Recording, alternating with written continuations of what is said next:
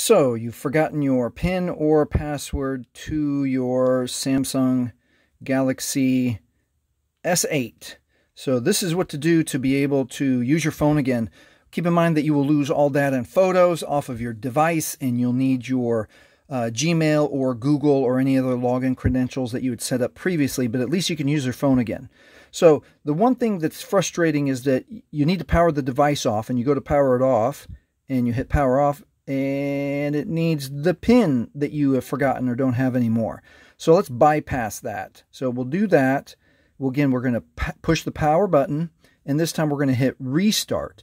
And before we hit restart, we're going to prepare to hold power, Bixby, and volume up all at the same time as soon as the phone restarts. So watch me do it, and you follow along. I'm going to hit restart. I'm going to hit confirm. And I'm getting ready to push the buttons as soon as I see T-Mobile, and it's going. Go. There we go. Holding. I'm going to continue to hold. We'll see a blue Android screen come up in a moment. Keep holding, and there we go.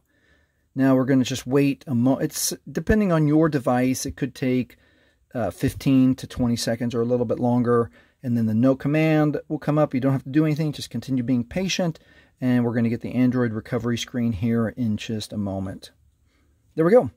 And we want to go to Wipe Data Factory Reset right here. And we're going to use power to press OK. And then confirm yes. That's what I want to do. Hit yes.